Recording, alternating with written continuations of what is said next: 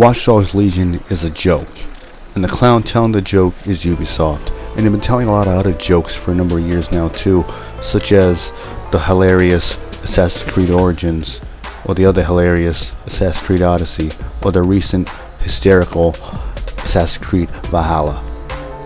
Can't forget Division 1 and 2, those are pretty good jokes as well. And then on top of that you had Rainbow Six Siege, which was a really good joke, a joke that took Ubisoft a couple of years to actually get it right, to a point where people actually gave a shit about it. Year after year, game after game, Ubisoft tries to pump out another trendy hit that fails to captivate the eye of gamers worldwide. Now, it may for a lot of other people, yeah, of course, but to many other people, a lot of the games are forgettable, and this is no exception. Ubisoft has been going downhill for a number of years now, and it seems to be getting worse and worse as time goes on. And this does apply to many other developers outside of Ubisoft. And I don't think it's going to get any better if we keep supporting these games. If we keep thinking that something's got to change, or give them the benefit of the doubt, or just going based off of one or two things that seem interesting, and then, well, like it always has, usually fails, usually disappoints. Another good joke is that this game doesn't do anything that, say, a game like San Andreas does. That game actually completely destroys many other games, including this one, for that matter. That game is like, what, almost or even over 20 years old by now?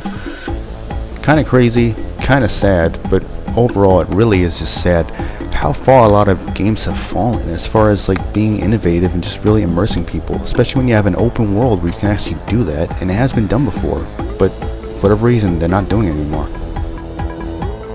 And don't get me started on the character models in this game. Everyone here looks like Tobey Maguire or a plastic doll. It just looks really weird and just overall bad. So I guess that play as anyone mechanic really paid off, huh? Nah, not really. Considering that everyone pretty much plays the same, or no one really feels special, and just no one has really a personality to really go off of. Then again, the last two Watch Dogs games, from as I recall, at least from Watch Dogs 1, since I actually played a little bit of that game, not so much Watch Dogs 2, because fuck that game, I don't really care. But, you know, they really failed at really making interesting characters that are actually memorable. So I guess they figured they can get away with the whole play as anyone thing, since they don't have to work on making interesting characters. It just overall just makes the experience really more drab. The gameplay is monotonous, from hacking, the stealth, the shooting, the melee, and the driving. It's all very basic and unsatisfying. You'll constantly be doing the same missions, structured the same way, with little to no variety, resulting in the same outcome, as you ask yourself, when does this get fun? I'm not sure if this game is supposed to be a good alternative to GTA or Saints Row, but this game fails miserably at that.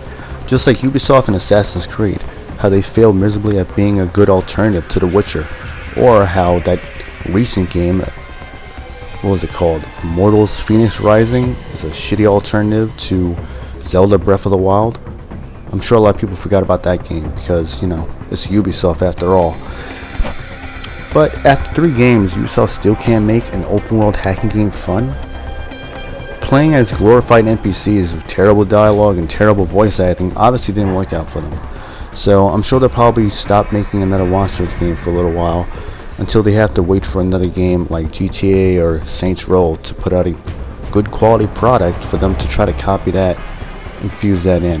Or maybe they'll just all of a sudden change Watch Dogs and make it into some medieval game or something. It seems like developers such as Ubisoft are constantly trying to follow trends and apply it to their games.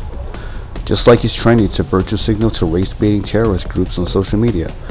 But another common trend has been open world games, a trend that has oversaturated the market, some going as far as to add minor yet shallow RPG mechanics to their games, or just simply make it where the main story moves at a snail's pace. Furthermore, these trends that developers cram into their games, more often than not, hurt the experience. This may have to do with SJWs trying to evade gaming. While this isn't new, it is still a relevant issue that should not be dismissed.